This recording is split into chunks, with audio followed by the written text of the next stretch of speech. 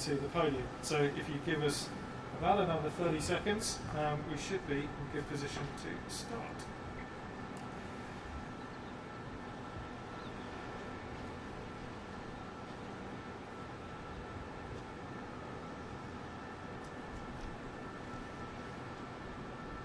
Okay, without any further ado, I'm delighted to welcome Andy Loughnane, President of Austin FC. Andy?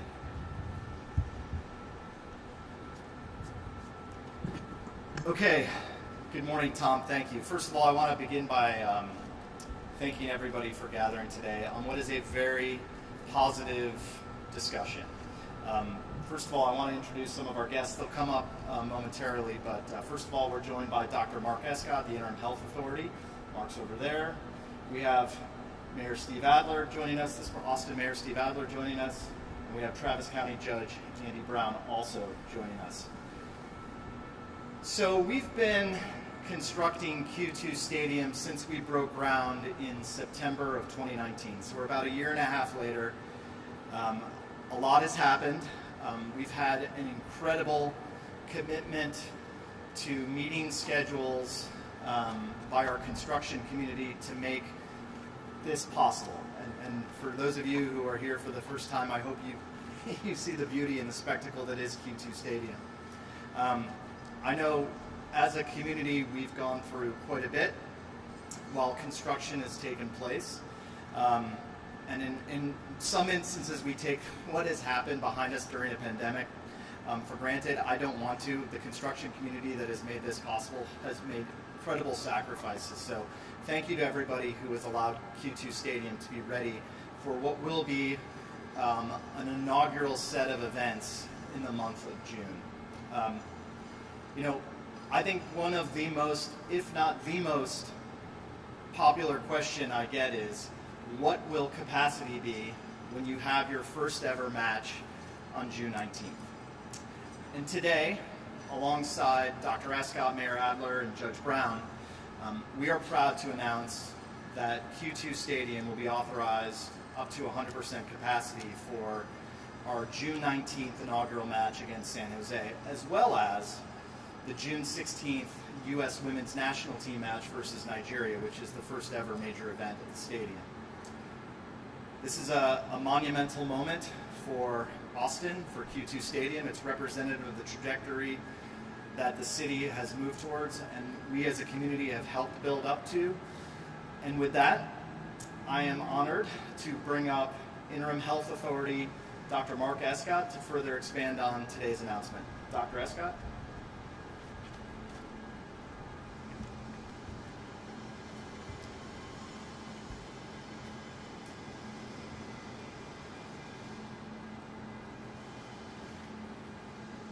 Thank you, Andy. And what a beautiful stadium. I've been to a lot of stadiums around the world, and this certainly is a world-class complex here. First, I want to say, you know, throughout this response, the willingness of this community to protect each other, along with the local health guidelines, the rules, the orders that have come along the way, they've been tough. But they've led us to the outcome that we wanted. And that is that Austin has the lowest rate of per capita deaths of any major city in Texas, and one of the lowest in the United States. It's also meant that we've been able to enter stage 2 of our risk-based guidelines for the first time since the beginning of the pandemic. Now, the scientific data is telling us that some things are more important than others. And the two things that are most important right now, number one, are masks. Number two, and more recently, vaccinations. And there's no doubt that being fully vaccinated against COVID-19 is the best protection that you can get from it. Now, we've made great progress in Austin and Travis County, with 65% of adults being vaccinated with at least one dose, and 55% of the overall population having at least one dose. That's better than most other places in the country right now. And I'm happy to hear that Austin FC is helping out with that. All of their coaches, all of their players are already vaccinated.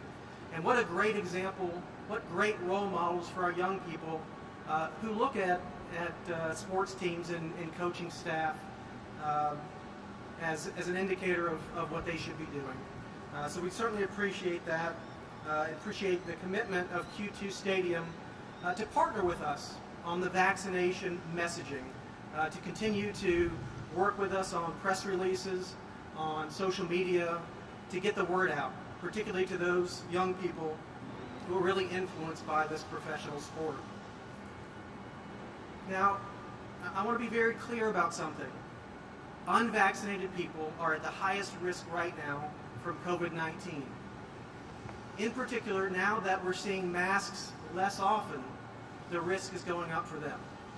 So any individuals in our community aged 12 years old and older should go out and get vaccinated. It is the best thing we can do to protect ourselves, to protect our family, and to protect this community. We want to continue that path towards normalcy.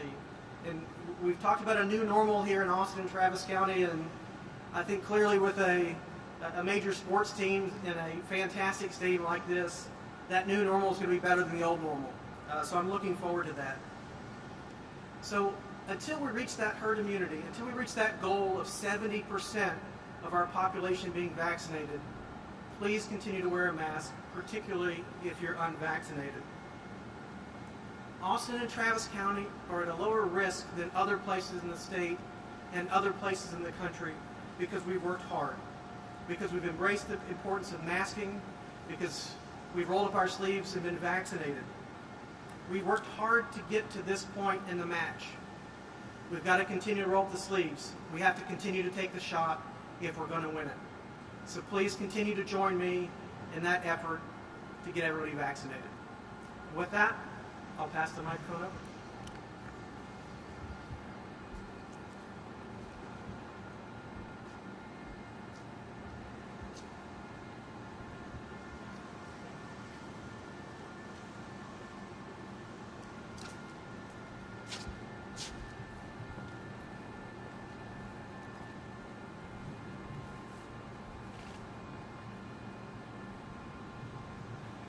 So today is a day for this community to celebrate.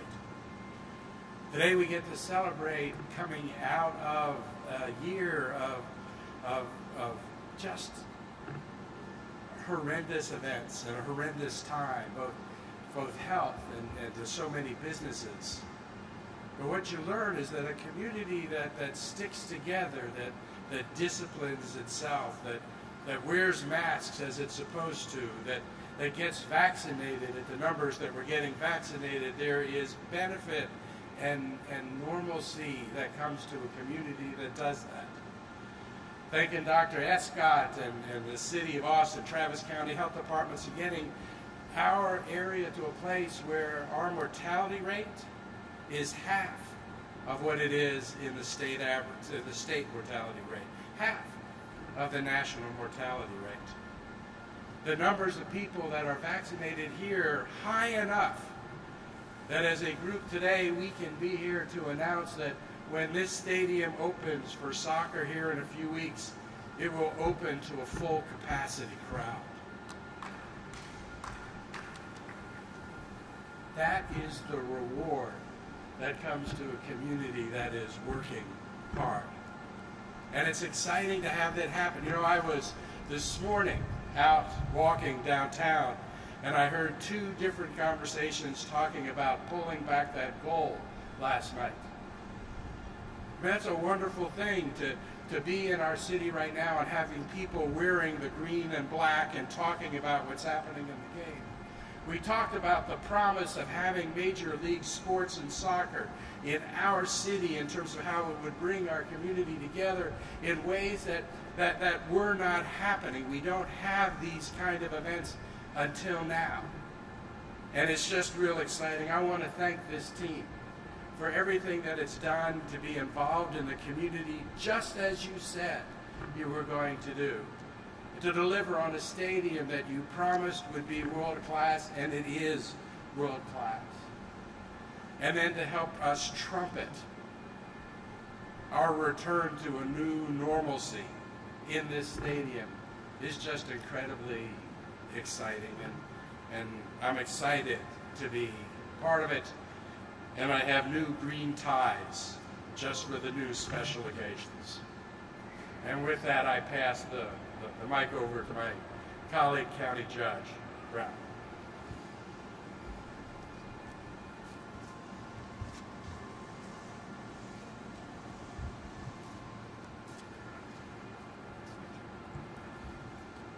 All right. Thanks for being here today. First, I want to echo Mayor Adler's enthusiasm for the opening of Austin's first Major League Sports Stadium. Very exciting time, having grown up here in Austin.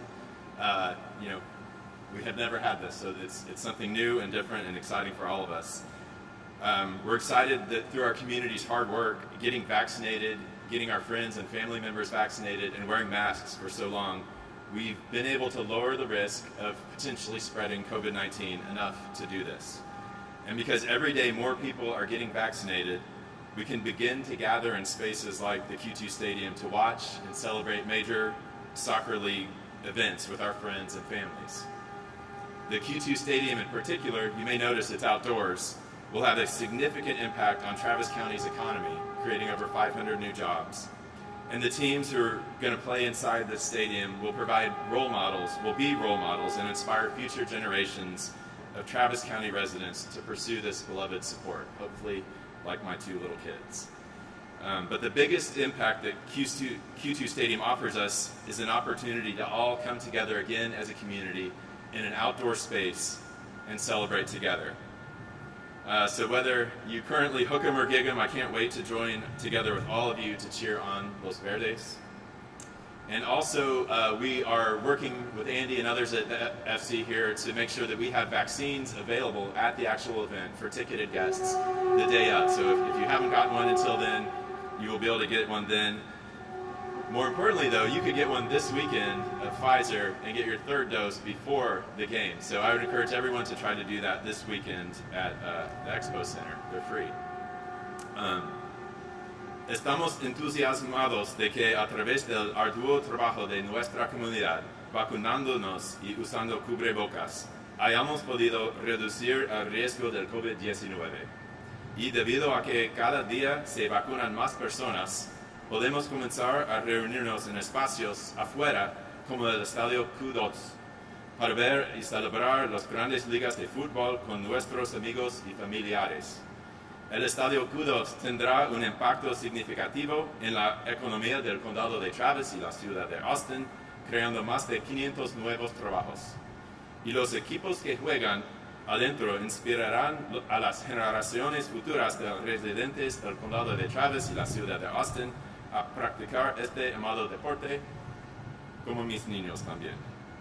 Pero el mayor impacto puede ser que el Estadio Q2 nos ofrece la oportunidad de unirnos una vez más como una comunidad. Y si necesita una vacuna todavía, hay tiempo para recibir las 2 dosis de Pfizer antes del primer partido. Puede ir este fin de semana al centro de expos del condado de Travis a recibir este fin de semana para recibirlo gratis, sin tarjeta de identificación y sin seguros. Gracias. Y ahora I'll pass it over to Tom Webb with the Austin FCs. Thank you very much. Thank you. That concludes this session of the press conference. Thank you very much indeed to our guest speakers for today.